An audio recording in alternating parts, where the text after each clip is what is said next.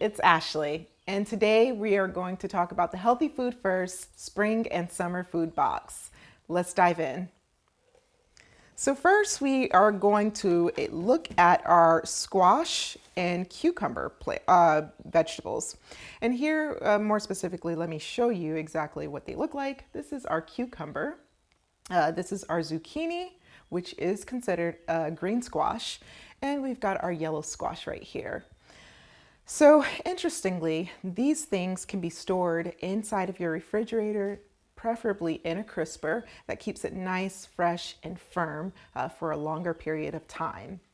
Once you are prepared to, store it away in your refrigerator, that can last for about 1 to 2 weeks. And when you are prepared to actually cook these vegetables here, you can make sure you wash them again, because I'm sure you're going to wash it before you store them in the refrigerator.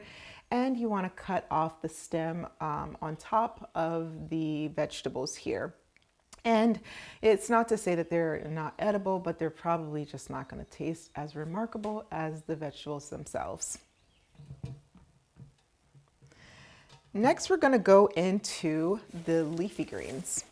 These leafy greens here, we've got lettuce, very colorful, bright and vibrant and crispy. And we've also got some spinach. And that looks just like this. The leafy greens are not only incredible in several different types of dishes, but they're great raw as well. And so the way you can store these vegetables is, again, in your refrigerator, preferably in a dry place like a crisper, and that keeps the leaves themselves very crispy, very firm, and fresh for whenever you're preparing to cook them. As you are storing them, you can pretty much expect to keep these for about 7 to 10 days. After that, they begin to wilt just a bit, and you can either compost it or prepare to cook it pretty quickly. And before you go into cooking them or consuming them, you want to make sure that you are cleaning them properly. So check really towards the inside of the stem for any debris that may be left over on the leafy greens. And next you want to cut off this hard fibrous root area and perhaps the stem as well. All right. So now we're going to go into a cruciferous vegetable, the broccoli. This is actually a broccoli crown, and the broccoli is delicious and prepared several different ways. Raw, roasted, steamed, you choose. And the thing about broccoli is similar to the leafy greens. You want to store this in a crisper, and this keeps the broccoli nice and firm and crisp for whenever you're ready to cook with it. Another thing that you want to do is make sure that you don't store this away in your refrigerator in a crisper for longer than 7 days. And once you're preparing to cook it, you can actually give it a quick rinse. Make sure that you are rinsing in the nooks and crannies because that's kind of where you'll find some debris stored away. You just clean that off and then proceed with cutting off this bottom portion, which typically is a bit harder than the rest of the broccoli. Now we've got our long-stemmed asparagus. This is a stem vegetable which is delicious in many different ways. I personally can eat this raw, but it's also really great sautéed as well. And one thing that you want to really remember about your asparagus is a great way to store this is in the refrigerator, keeping it cool, keeping it dry even as possible. Another way that I like to kind of store the asparagus in the refrigerator is in a jar of water, just a very little bit. That keeps it very crisp, and it also keeps it firm so that it's breakable once you're preparing to cook it. The storage life on something like this is about 7 to 10 days. And after that, you want to prepare to cook this right away.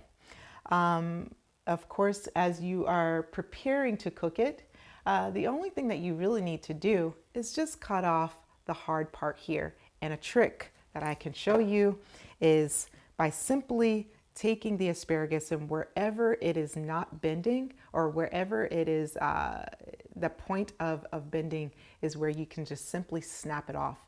And what that means is that this is going to be a bit more fibrous to eat than the rest of the vegetable. Next, we've got a southern delicacy that is not necessarily exclusive to the South, and that is the okra. I love okra. Again, this can be prepared many different ways, but a good way to store this okra is either on the countertop, or, it's best in the refrigerator because that kind of prolongs the shelf life. You're looking at about 2 or 3 days that you can keep this okra fresh. And when you are ready to prepare this in a meal, you simply just take off the top where the okra was growing on the plant, and then you can just gobble it up and throw it in your mouth, or you can slice it and prepare it in a pan, or roasted or sauteed.